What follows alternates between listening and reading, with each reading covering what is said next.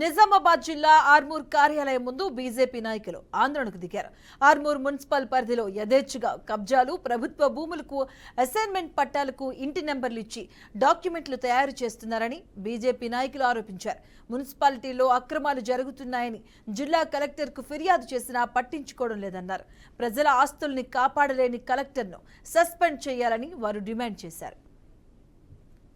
Municipal పరిధిలో ఏదైతే ప్రభుత్వ స్థలాలు, ఇరిగేషన్ స్థలం గానీ, అసైన్మెంట్ స్థలం గానీ, 10% ల్యాండ్ గానీ, ప్రభుత్వ స్థలాలను యథేచ్ఛగా కబ్జా చేసి హౌస్ నంబర్లు తీసుకుని డాక్యుమెంట్లు సృష్టిస్తున్నారని పదే భారతీయ జనతా పార్టీ లెటర్ ద్వారా, లేఖల ద్వారా ఫిర్యాదు చేసిన ఈ జిల్లా కలెక్టర్ ఎవరైతే ఉన్నారో, ఈ జిల్లా కలెక్టర్ నిద్రమత్తులో ఉన్నాడు. కేవలం ప్రజల నుండి పన్నులు చెల్లించిన దాని నుంచి జీతాలు తీసుకొని సకల సౌకర్యాలు పొందుతూ కేవలం ఏదైతే అక్రమాలు జరిగినాయంటే మాత్రము నిద్రమత్తులో ఉంటున్నాడు. మరి ఈ జిల్లా కలెక్టర్ ప్రభుత్వ ఆస్తుల్ని, ప్రజల ఆస్తుల్ని కాపాడవలసిన బాధ్యత ఉన్నదా లేదా అని సందర్భంగా భారతీయ జనతా పార్టీ ప్రశ్న. ఆర్మూర్ లో భారీ భూ కుంభకోణం జరిగింది. సుమారు 100 కోట్ల రూపాయల కుంభకోణం జరిగింది. ఇక్కడ భూ కుంభకోణము కేవలం హౌస్ నంబర్లను ఇచ్చేసి డాక్యుమెంట్లు తయారు చేసి రిజిస్ట్రేషన్ ఆఫీస్ అడ్డాగా ఈ భూ కుంభకోణం నడుస్తున్నది. దీని మీద ఒక విచారణ జరిపి చర్యలు తీసుకోవాలని అడిగితే మరి ప్రజాధనం లూటీ చేస్తున్నారని చెప్తే ఈ కాంగ్రెస్ ప్రభుత్వం 8 నెలలైంది. కానీ ఎక్కడ కూడా ఈ కాంగ్రెస్ ప్రభుత్వం సుదర్శన్ రెడ్డి గారు ఒక ఎమ్మెల్యేగా ఉండి నేను మంత్రినైతాను అనుకుని ఆర్మూర్ వస్తున్నాడు. కానీ మరి అవినీతి మీద భూ కబ్జా జరిగింది సారు అంటే